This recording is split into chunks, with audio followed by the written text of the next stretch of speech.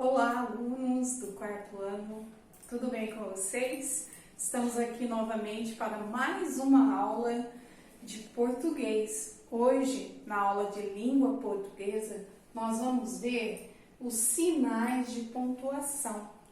Eu falei com vocês, lá nas atividades, vocês vão perceber, eu dei a definição ou para que serve cada sinal de pontuação. A pontuação nos ajuda na leitura, na expressão oral, quando você tem que dar sentido àquilo que você lê e àquilo que você fala. Você vai perceber que cada ponto num texto tem a sua função e o seu sentido prioritário. Então vamos lá?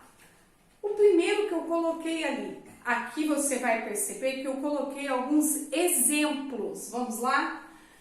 Interrogação. Para que serve a interrogação? Para fazer uma pergunta, uma indagação. Então, quando você vê este ponto num texto, você sabe que é uma pergunta. Qual é o seu nome? Qual é o seu nome? O que você está fazendo? O segundo, ponto final. O ponto final, para que ele serve? Eu faço uma frase afirmativa ou negativa e ponto final. Vamos lá? O meu exemplo? Meu nome é Ana Lúcia. Meu nome é Ana Lúcia. Eu estou aqui. Ponto final. Terceiro ponto. Ponto de exclamação. Ele serve para quê? Serve para expressar espanto, alegria, êxtase. Então, você encontra com uma pessoa, vai dizer o que para ela? Você vai falar oi. Ou, no caso do meu exemplo, bom dia. Se for aniversário de alguém, parabéns. Você está lindo hoje. Que cabelo bonito. Socorro! Que susto! O outro ponto, 2 pontos. Para que serve 2 pontos? Para indicar que alguém vai falar. Então, vamos lá? Olha só o meu exemplo. A professora falou. Em seguida, nós temos aqui o exemplo do travessão.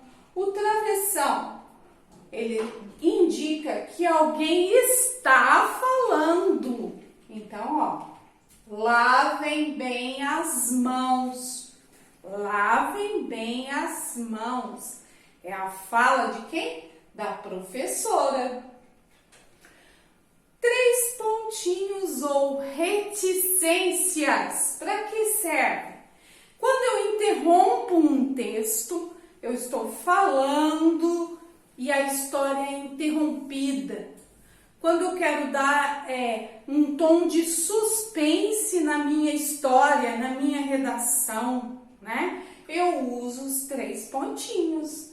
O meu exemplo, o homem sentiu muita dor. Aí você vai ficar pensando, ué, mas por que ele sentiu dor? É que vai continuar ainda depois a explicação do porquê, né? Então, sempre quando no seu texto você quiser dar um suspense, né? Por exemplo, suspense. Lembra daquele dia que a gente fez uma história de terror que a professora contou, né? Na hora eu fiz uma narração para vocês, existia suspense, né? E o barulho continuou. Reticências, né? Na casa assombrada. Depois, a vírgula. A vírgula, sempre, todos os dias nós usamos a vírgula. Ela serve para dar uma pausa naquilo que estamos falando e dar sentido à nossa frase também. Porque muitas das vezes, se usamos a vírgula em lugar errado ou no momento errado, ela vai o quê? Dar um sentido errado à frase. No caso, quando eu disse todos os dias, quando a gente vai fazer o cabeçalho, a gente escreve Roseira, vírgula, 7 de julho de 2020. Roseira, vírgula, 7 de julho de 2020. Quando eu quero enumerar algumas coisas também, eu ponho vírgula. Fui à feira e comprei banana, vírgula, laranja, vírgula, mamão, vírgula, pera e abacaxi.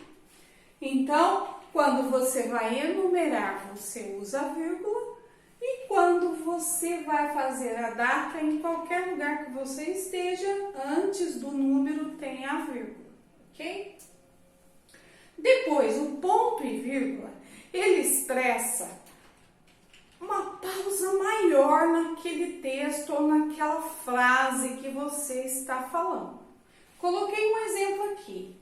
Em São Paulo, vírgula, chove, ponto e vírgula. Em Goiás, faz sol.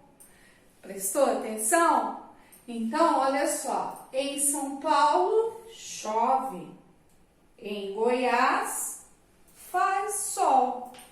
Ou seja, eu mudei um pouco o sentido da minha frase, mas eu estou falando sobre o mesmo assunto, ok? As aspas.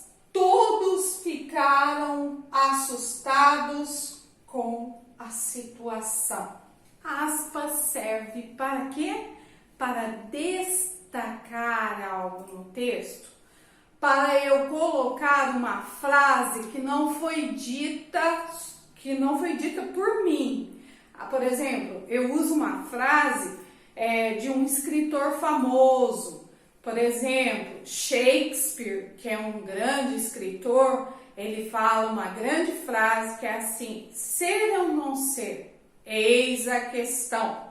Se eu fosse escrever essa frase, ser ou não ser, eis a questão, eu deveria colocar entre aspas, porque não fui eu que disse, foi Shakespeare que disse.